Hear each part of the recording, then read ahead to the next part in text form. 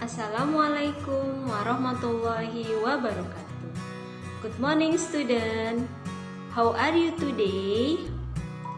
Nice to meet you. Before we start our lesson, let us pray together. Ready to pray?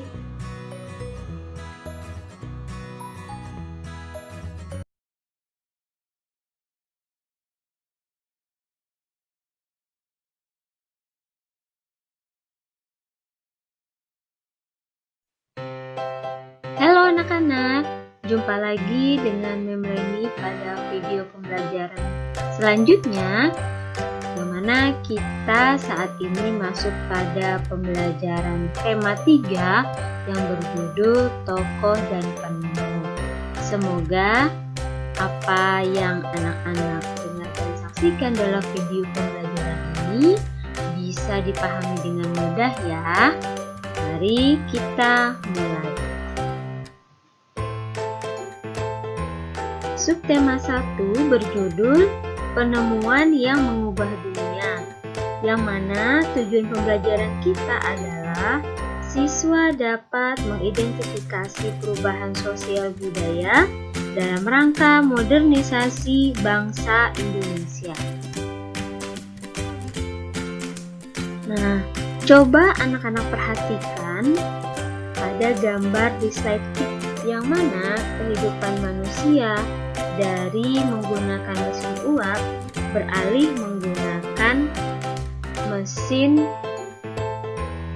beralih menggunakan lampu atau elektronik. Nah, dengan ditemukannya lampu, maka kehidupan manusia berubah lagi. Jadi di sini mulailah dikembangkan teknologi transportasi seperti mobil, motor ya yang digunakan. Nah, pada revolusi industri 3.0 di sini terjadi pengembangan lagi dari industri listrik berubah ke elektronik dan sistem sistem otomatis, yang mana pada revolusi industri 3.0 ini sudah mulai masuk komputer sehingga semua serba otomatis. Nah, pada revolusi industri 4.0 di sini yaitu cyber physical system, semua terhubung oleh sistem komputerisasi.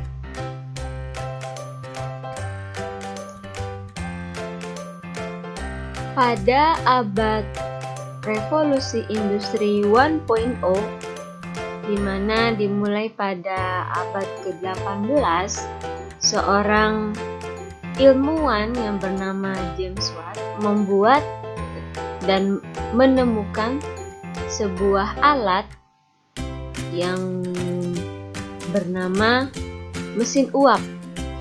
Nah, mesin uap ini banyak digunakan oleh masyarakat Inggris untuk memproduksi sebuah baju atau tekstil ya, membuat bahan-bahan tekstil.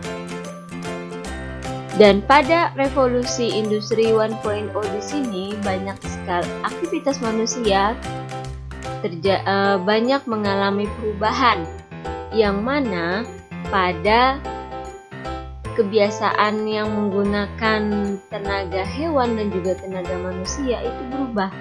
Contohnya dari delman berubah menjadi mobil, dari kereta yang mana menggunakan tenaga manusia ditarik dan didorong berubah menjadi kereta uap.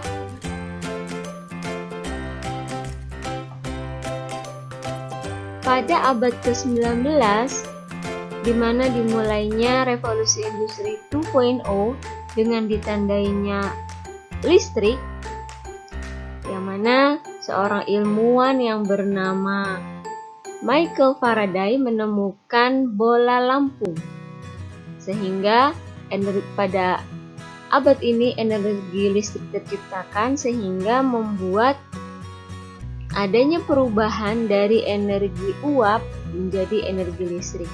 Dan pada abad ini manusia mulai memproduksi mobil menggunakan tenaga listrik. Akan tetapi, pada masa ini, produksi mobil masih digunakan oleh manusia sendiri. Sehingga pada revolusi 2.0, kehidupan manusia yang tadinya agraris menuju pada kehidupan industri. Pada abad revolusi industri 3.0 yang mana dimulai pada abad ke-20, banyak sekali terjadi perubahan. Yang mana pada abad ke-2.0 manusia memproduksi mobil secara massal. Sedangkan pada abad ke-3.0 kegiatan manusia lebih menitik beratkan pada komputer dan robot.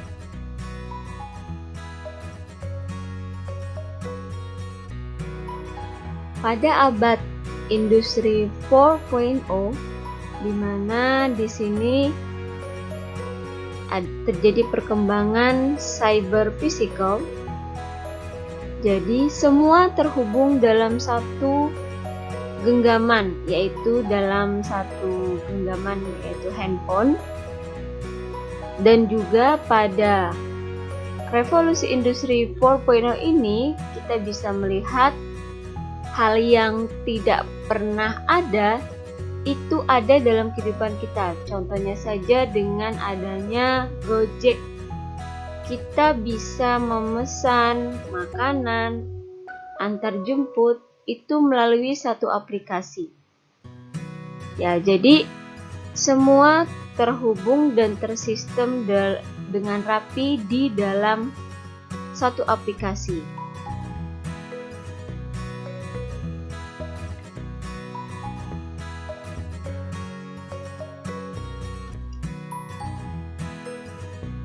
Dengan terjadinya perubahan kehidupan dari era revolusi industri 1.0, 2.0, 3.0 hingga 4.0, maka tentu saja perubahan kehidupan sosial dan budaya manusia banyak terjadi perubahan. Contohnya saja kehidupan sehari-hari. Dahulu orang tua kita masak menggunakan dandang. Sekarang di zaman kita, orang tua kita masak menggunakan Magicom. Lalu jika kita lihat juga di dalam hal transportasi. Dahulu manusia jika ingin berlayar mereka menggunakan perahu, menggunakan sampan. Sekarang jika ingin berlayar bisa menggunakan kapal layar.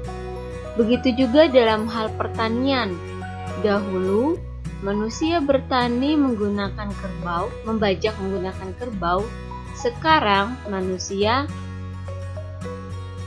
beralih dari membajak menggunakan kerbau, beralih membajak menggunakan traktor.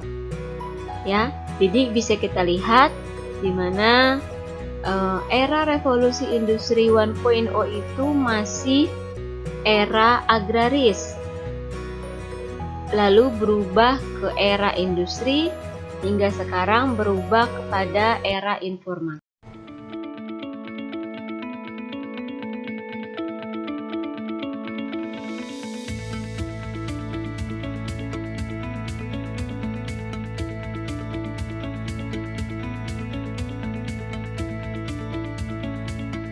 Revolusi industri keempat atau Industrial Revolution 4.0 kini menjadi perbincangan banyak pihak.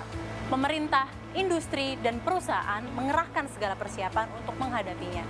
Namun apa sebenarnya revolusi industri keempat itu?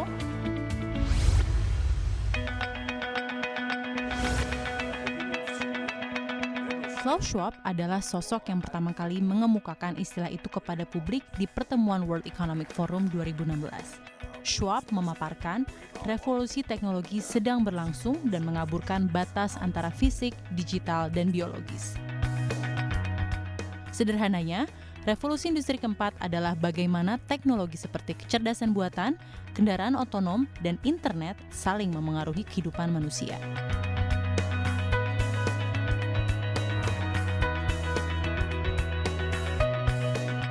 Lalu apa saja tahapan revolusi industri sebelumnya?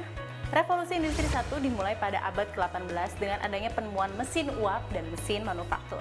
Revolusi industri kedua pada abad ke-19 ditandai dengan adanya produksi massal, mesin listrik, dan standarisasi industri. Revolusi industri ketiga ditandai dengan adanya komputer dan teknologi informasi pada abad ke-20.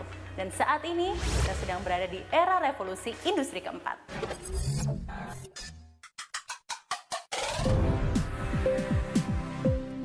Hadirnya otomasi dan kecerdasan buatan di industri tentu memberikan potensi besar untuk melipat gandakan produktivitas tenaga kerja.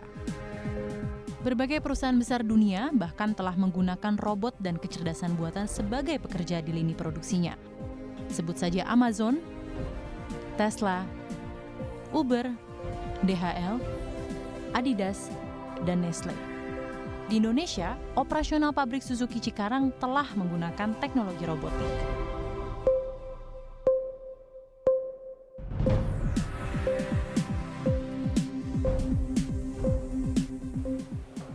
Namun, di balik manfaat bagi percepatan dan otomasi industri, banyak sekali tantangan bagi ekonomi dalam menghadapi revolusi industri keempat. Padahal, Indonesia saat ini tengah menikmati periode bonus demografi berkat banyaknya populasi penduduk dalam rentang produktif. Booming ketersediaan tenaga kerja yang bersamaan dengan era revolusi industri 4 akan menjadi ancaman nyata bagi low-skill workers atau profesi dengan jenis pekerjaan yang repetitif, karena dapat dengan mudahnya tergantikan oleh mesin, robot, dan kecerdasan buatan.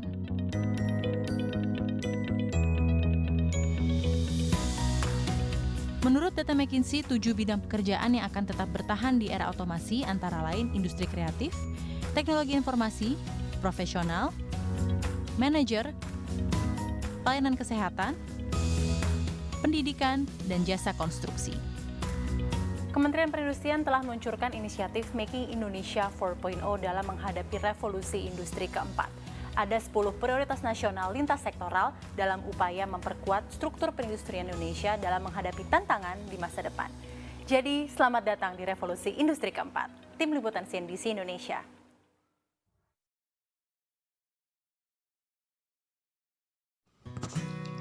Mari mengamati bagaimanakah kehidupan masyarakat Indonesia pada era 1.0. Jelaskan perubahan-perubahan yang terjadi pada era revolusi industri 2.0. Pada era berapakah peran manusia perlahan tergantikan oleh mesin? Tuliskan 5 alat transportasi yang digunakan manusia dari masa ke masa. Tuliskan 3 hal baru yang Ananda ketahui dan alami di era 4.0. Nah, anak-anak, terima kasih. Dan kita akan jumpa lagi pada video pembelajaran berikutnya ya. Assalamualaikum warahmatullahi wabarakatuh.